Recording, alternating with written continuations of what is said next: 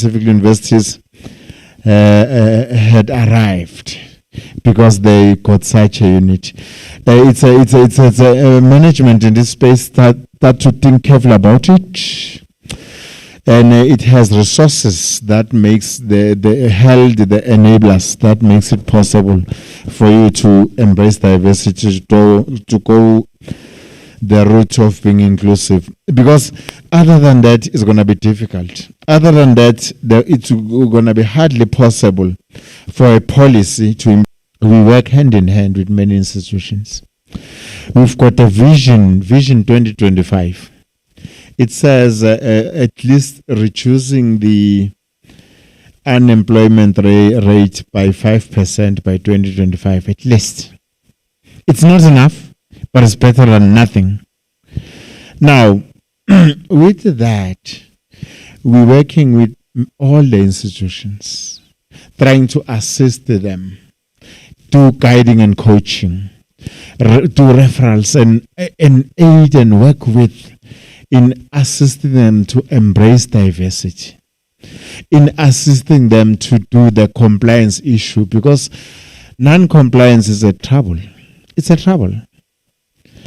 Think about other institutions had crisis of an employee acquire disability while at work. And then how do you begin to start? We have failed to embrace it. Now the child is born. When the child is born, is not an issue of how, why. It's a question of how to bring the child up. That's it, period. So it's time we start to think carefully and look at ways on how to convert and implement the policy. Let me tell you the very important thing, the key aspect of this is the worldview. I like the layman's point of view. Worldview composed of your experiences, your level of education, your class, your schooling, your cultural background. A number of things build up that. It's not easy to change it.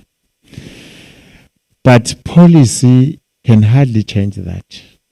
If you are not a believer, you are expected to implement something that you don't believe in. Forget it. Forget. Definitely will be. I've got a friend of mine in Limpopo, the side of Groblersdal.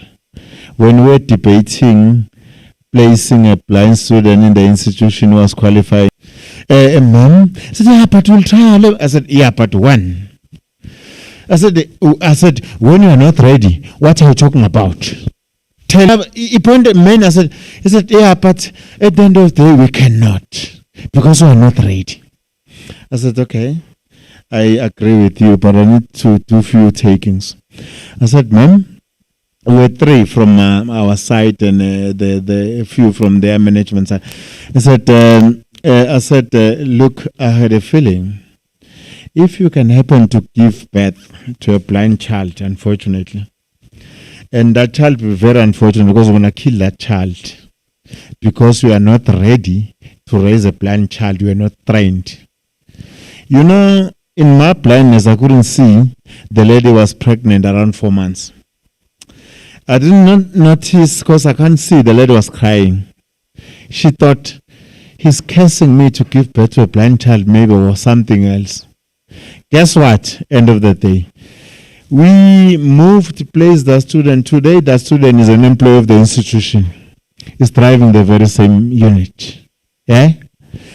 Guess what? That lady who was refusing to that extent is our ambassador today. He is the one who's working with us in ensuring that in that institution, mainstreaming is happening. As I'm speaking here today, that institution got 4 blind persons and they're doing brilliantly well. And they've got full support. What was the problem? What was the problem? The problem was the worldview. The problem was with the implementer. The problem was in the brain of the person who's able.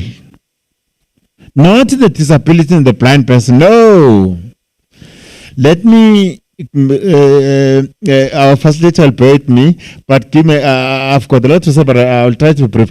The policy, institution, and everything, disability is just a zero, but human behavior and human doings, it's something else. 2 years back, when I was still working as an education and training officer of the National Council, we were presented with a 55-year-old man who's blind. His background was simply like this.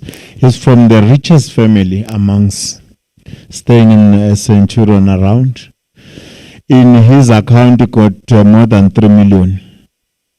The father and the mother had passed on. He was left with a helper.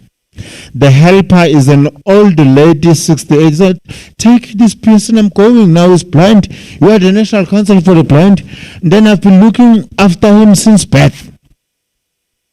Oh, Mama, what else? Well, the parents about that, they've hid this person in the bedroom for all these years. This poor lady have to wash, bath this man, and take this man out to sit in the sun, give him food, help him when eating. This man have never been outside the door. You take him to the swimming pool, the man stand in the pool, he's swimming. The man used to be taken to the park and sit and eat and go back. The men have never interacted with other beings except the family and the helper. This person, when he goes, is bending, is not going straight. This person, when he talks to you, face the other direction and talk to you, is not well orientated. He's displaying a lot of features referred to as blindism. That is the characters displayed by blind people who are not well orientated when interacting with others. The person has been distanced, island from the entire population and others. Now the parents had passed on. Why didn't they take this man to school? You will be like another professor or so, because they've got all the money to get the resources. The man is antisocial. He knows that eat, sleep. That's it. Listen to the radio. Those are the all activities you can do. Age 55. Where do you start? What do you do? They've converted this person to an object. Who? Is the disability in the person? No. The environment, the parents, that was the situation. Then we have to start and say mobility and start and say, hey, you can learn, hey, you can read, hey, you can do things, you can use a talking phone. You get what I'm saying? It's another issue. But the short and the long is this. It's human beings who makes us disabled. Not us. So it's very important. Last thing I wanted to actually speaks to, the institution is actually in the right direction and is actually to be open and to be utilized as a model that can assist us to replicate the same to others who have not started to embrace diversity when coming to. There's a lot of policies. People must read those policies. People must best try to understand these policies.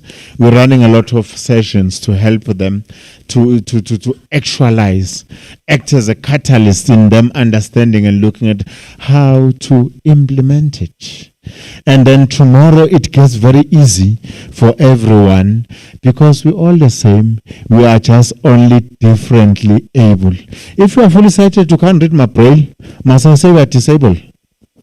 If you are a professor as a lecturer and then you can't fix your own car, another illiterate man standard 4 is fixing that car, you can't fix it, so we are disabled, ne?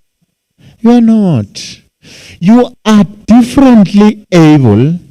Do your thing in your own space and let's embrace the fact that we are different, we're doing things different, and then comply to the policy. There's no reason for us to be compelled and be pushed by policy. It's come from within you. Get yourself ready for it. Implement it. It's up to it. And your readiness means success. I appreciate. Thanks. Thank you. I was running program emnandi. Yeah?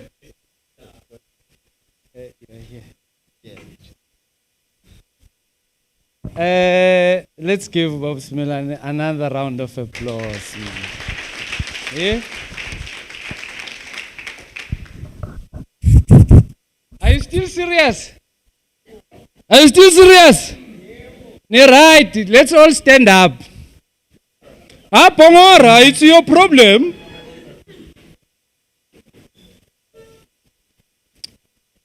Hey, yengane sugum.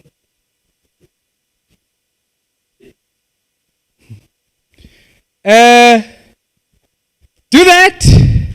How? You know, even my grandmother in the graveyard can clap better than this. Yeah, but she's no more. Do that.